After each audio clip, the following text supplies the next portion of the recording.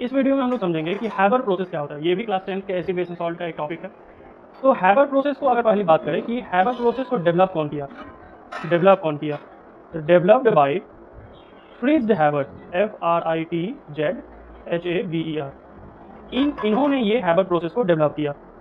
अब Haber process क्या कहता है कि नाइट्रोजन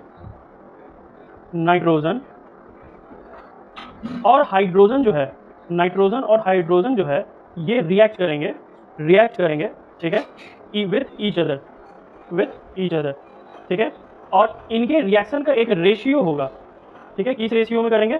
लगभग 1:3 के रेशियो में, इस रेशियो में करेंगे। दूसरा चीज कि जब ये रिएक्ट करेंगे तो उस टाइम का टेम्परेचर कितना होना चाहिए? लगभग 400 से 450 डिग्री सेल्सियस होना चाहिए, ठीक है। और उस टाइम का जो प्रेशर है, ये प्रेशर कितना होना चाहिए? ये लगभग 200 ATM होना चाहिए, 200 ATM। समझ में आई ये चीज़? और उस रिएक्शन में जो कैटलिस्ट का इस्तेमाल किया गया है, वो कैटलिस्ट है आपका आयरन। ये कैटलिस्ट है आपका आयरन। और फाइनली रिजल्ट हमको क्या मिला है? रिजल्ट में मिला है हमको NH3, एमोनिया। तो हैबर प्रोसेस फ्रिट्ज हैबर के द्वारा डेवलप किया गया, क्या फाइंड करने के लिए या क्या ऑब्टेन करने के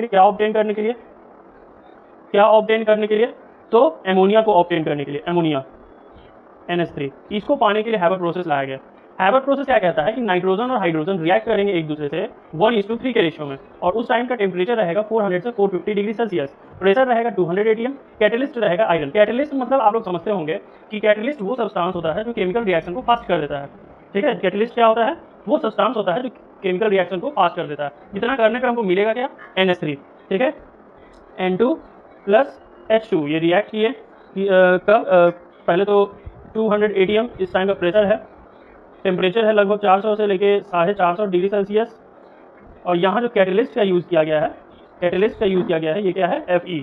और हमको मिला क्या है? NH3, ammonia, NH3। यही ऑब्टेन करने के लिए हैबर प्रोसेस लाया गया। समझ में आई चीज़? किसके द्वारा लाया गया? Fritz Haber. अमोनिया पाने के लिए नाइट्रोजन हाइड्रोजन रिएक्ट कर रहा है एक दूसरे से 1:3 के रेशियो में, 400 से 450 डिग्री टेम्परेचर में, 200 ATM प्रेशर में, आयरन कैटलिस्ट के प्रेजेंस में मिल रहा है हमको NH3। समझ में आया?